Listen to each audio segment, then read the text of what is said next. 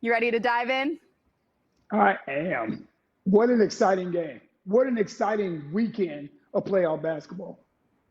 No doubt about it. So 7 home teams win out of 8. Of course, we saw the Orlando Magic get into the win column themselves ahead of this one. But this was our nightcap. It was the weekend's finale.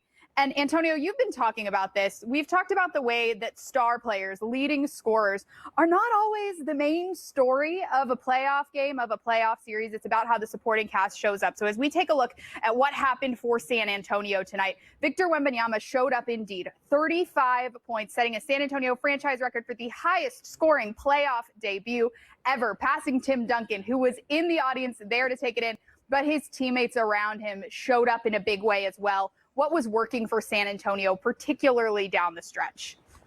Everything. Everything. And here's the thing. We said earlier, we're not concerned with the stars. Well, the star was the story today because that daggone Victor Wembanyama is something special. And I'm gonna say the same thing I told you prior to coming on. He is a playoff run away from having the tag of being the league's best player. Right now, I feel like it's Nikola Jokic, but he is right on Nikola Jokic's tail. And the thing is, he does everything. He impacts so much of the game on both sides of the ball.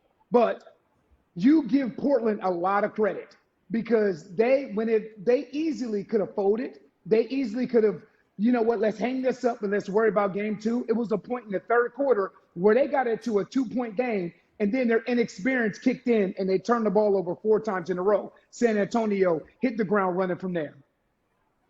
We talked about the leading candidates every night, right? And it's been this guy, Denny Avdia for Portland. He was fantastic during this team's play-in journey. He was great again tonight. He finishes with 30 points, 10 rebounds, 5 assists. He was 12 for 21 from the field in his 39 minutes of play. Scoot Henderson, another guy making his playoff debut, and he made quite the impression. 18 points, 7 for 11 from the field. But the supporting cast on Portland's side is going to need to do a little bit more here as the series goes on, Antonio. Yeah, and you know, they say that role players tend to play better at home. So the supporting cast from San Antonio, you would expect them to be more impactful in this game. But now when you go back to Portland, you may expect more or get more out of other guys that you didn't get tonight, out of the Klingons, out of the Robert Williamses, out of the Toumani Kamaras, and some of these other guys. Yeah, that's almost to be expected. But you're right, Lauren. The San Antonio Spurs supporting cast showed up tonight in a big way alongside Victor Wembanyama.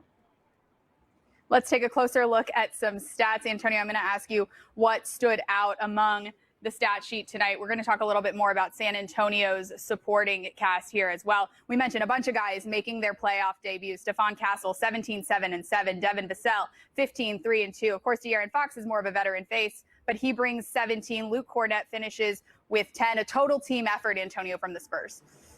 And that's really what it's all about. It's about the balance. People forget about De'Aaron Fox. People forget you're a few years removed from De'Aaron Fox winning Clutch Player of the Year.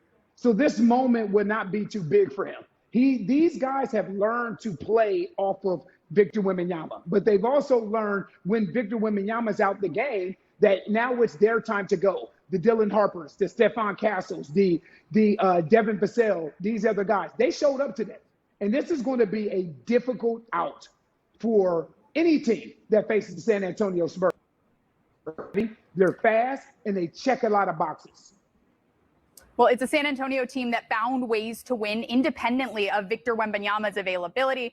And a lot of credit has to go to Coach of the Year finalist, as named earlier this evening, Mitch Johnson, the head of the Spurs. And he is addressing reporters after their first win in his playoff coaching tenure right now.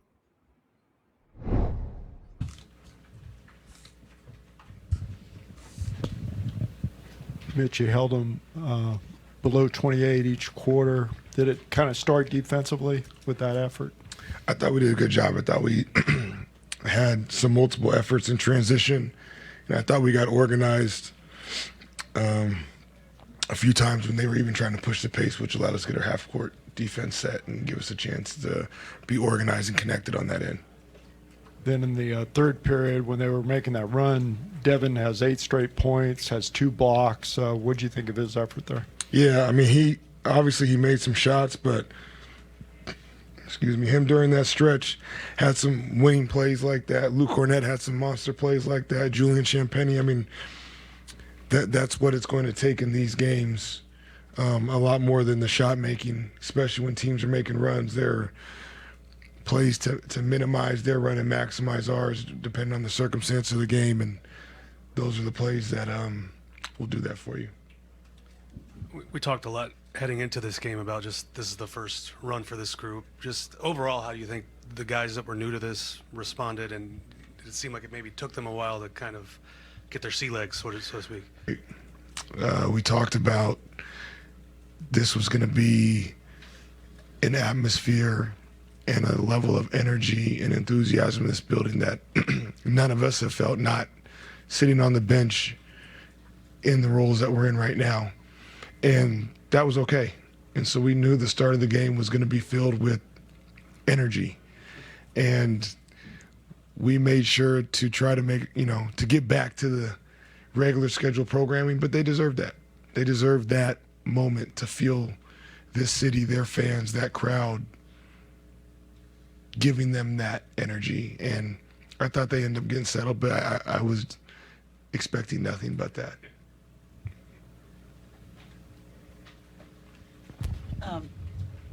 There was a play kind of early on. I think there's several of them with Victor, but there was one where he caught the ball, he went behind his back, there was a spin, and then he went for a dunk. Did that? I think the crowd went crazy on that one. But is that when he kind of settled in, or has it got everyone going, or did you just think he was ready right from the jump? I thought he was ready. I thought he probably settled in a little bit later when he was, he made some shots and his talent popped. But I thought he really settled in there at a point when our defense kicked it into another gear and we got organized and we got set, and he was doing a really good job of talking. They did a good job of trying to kind of create multiple actions and some confusion. I thought he did a good job of quarterbacking from the second line and getting some guys organized and getting them in the right spots. And then he settled in and he obviously made some shots, but I thought he set some good screens too. Is that what gets him going as defense then? It gets our team going for sure.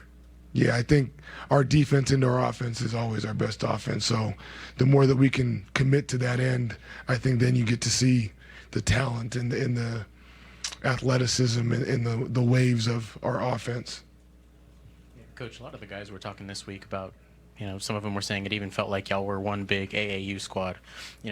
Y'all have obviously been through a lot together, so to get a first playoff win as a group, have you seen them just kind of have fun in between all the preparation work that goes into this, and how beneficial can that be?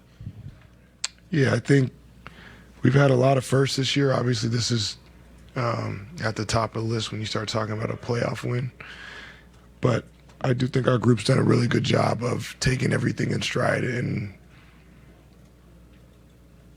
just being present in the moment and where our feet are at. And I think that's allowed us to be maniacally competitive and prepared to the level that we feel is appropriate, but also not take ourselves too serious and have some fun and try to have an environment that creates and empowers a comfortability that hopefully produces confidence. And I think the guys have done that in a great way all year. Coach, you mentioned the good stints there by Devin and by Luke, and Stephon had the great start. De'Aaron had his moments, obviously Vic. You guys often talk about the connectedness of this group. Just at different points, it seemed like different guys gave you different things. In the end, to kind of pull this thing together. Just your thoughts there on, again, an entire team effort to get a W. Yeah, I mean, they're as aggressive as a team in the league in terms of when you start talking about the way they drive the basketball on offense and then the way they pick up defensively. So it's going to take multiple people just in terms of output energy against that team. When you look at the rebounds and you look at the assists and you look at just the participation level across the board, I think that's what we were looking for, and I think the guys stepped up tonight and did that. And there's a lot of things to take away that were positive, and again, a lot of things that we can continue to improve upon. So I think we feel good about that there's a lot of improvement still to be had. Kelly Ego, Yahoo Sports. Coach, in terms of the mental approach from Victor? Obviously, you spend a lot of time with him and you know how he approaches games, but even though there's a difference between the playoffs and the regular season, how have you seen him be on that side of the game in terms of just the approach, the thinking of the game? Yeah, I think there's an approach that we all have in terms of an expectation of a heightened level of preparation, detail, nuance, competitiveness, physicality, everything, right? And I think there's a real desire